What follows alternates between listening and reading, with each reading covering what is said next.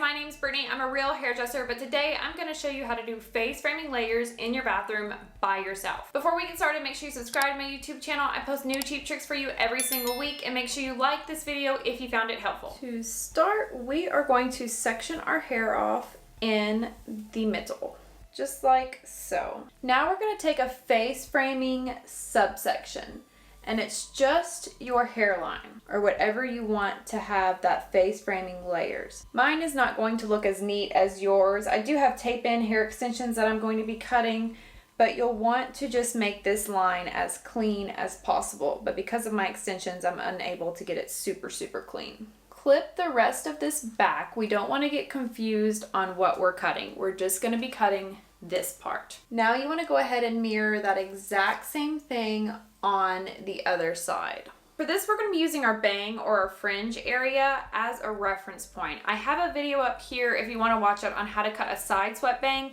This is how this is going to look best. You do need a reference point. My reference point is going to be the longest part of my bang, which is right here.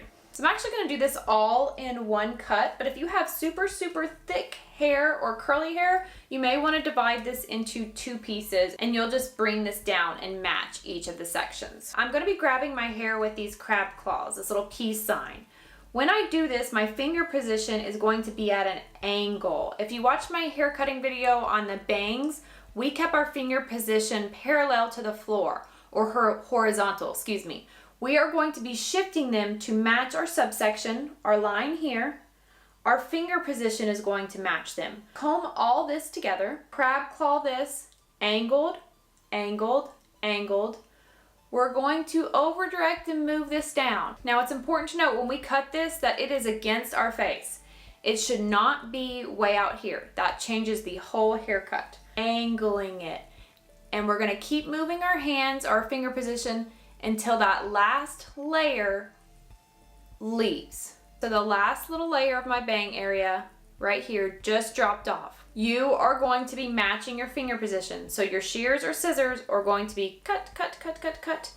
If you would like a really deep face frame, you need to position your finger angle and your shears in a really deep diagonal, almost vertical line. If you do not do that, and they are more horizontal, that is going to be a mullet. I'm going to cut against my finger. Angled, angled. Following that deep angle. Recombing, regrabbing. Over directing my hair, hugging my face, that saves my length. Cutting it almost vertical. Repeat the process. Cut, cut, cut. When you release this, it's short going to long.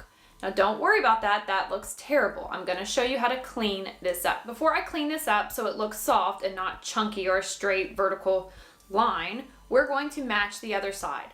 How you determine these are even, as long as your reference point piece or your bang area is even, these should be even. Combing all this, finger position almost vertical. Just dropped off my last piece of bang, and I'm cutting.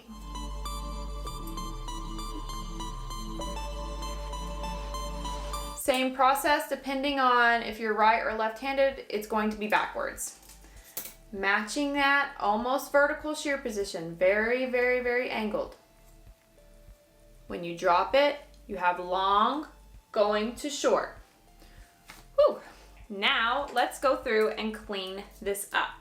Same finger position, and I'm going to go through and I'm going to point cut this. I'm going to separate this though, so it's easier for me. So I'm just going in and lightly cutting the very ends. What this does is it refines the line so it's not harsh, and it softens it or feathers it. Taking another section, going in, point cutting. Now when I'm point cutting, I'm going in like this. I'm not going in like this and taking out chunks of hair. If you're taking out big triangles, you're doing it wrong. You're changing the shape. We're just going in and lightly kissing it to soften that line. Not removing weight. I'm gonna match that on the other side.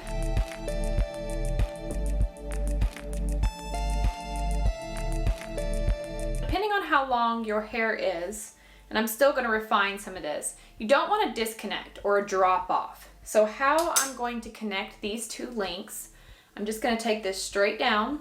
Where the bottom of the layer ends, I need to kind of angle this a little bit to make that not look disconnected. I'm gonna open my shears or my scissors, and I'm gonna be using the belly of the shear, which is the middle here. And I'm going to be doing a cranking movement. We're gonna be mimicking a razor here, and we're gonna be kind of sliding these down just to connect that gap. We have the last part of my layer.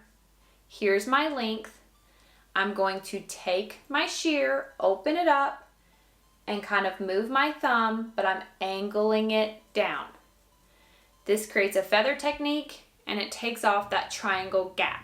So here it is before I style it. I'm actually gonna curl it. I don't really wear my hair straight very often, but I'm gonna go through and kind of point cut this. There's a little bit of weight, but you can see how it angles down and it blends to the length. And I could probably cut a little bit more here as well. And here it is after I've styled it. So I really like it. You can see here on the side all the like face framing layers here. It makes my hair look a lot thicker, fuller, makes it look like I actually have hair. Really adds to the bang area. Again, if you need a tutorial on bangs, I have a really simple one that you can watch up here. So thanks again for joining me here in my bathroom. Make sure you subscribe. I post new cheap tricks for you every single week, and like the like button if you found this video helpful. I will see you next week for something cool.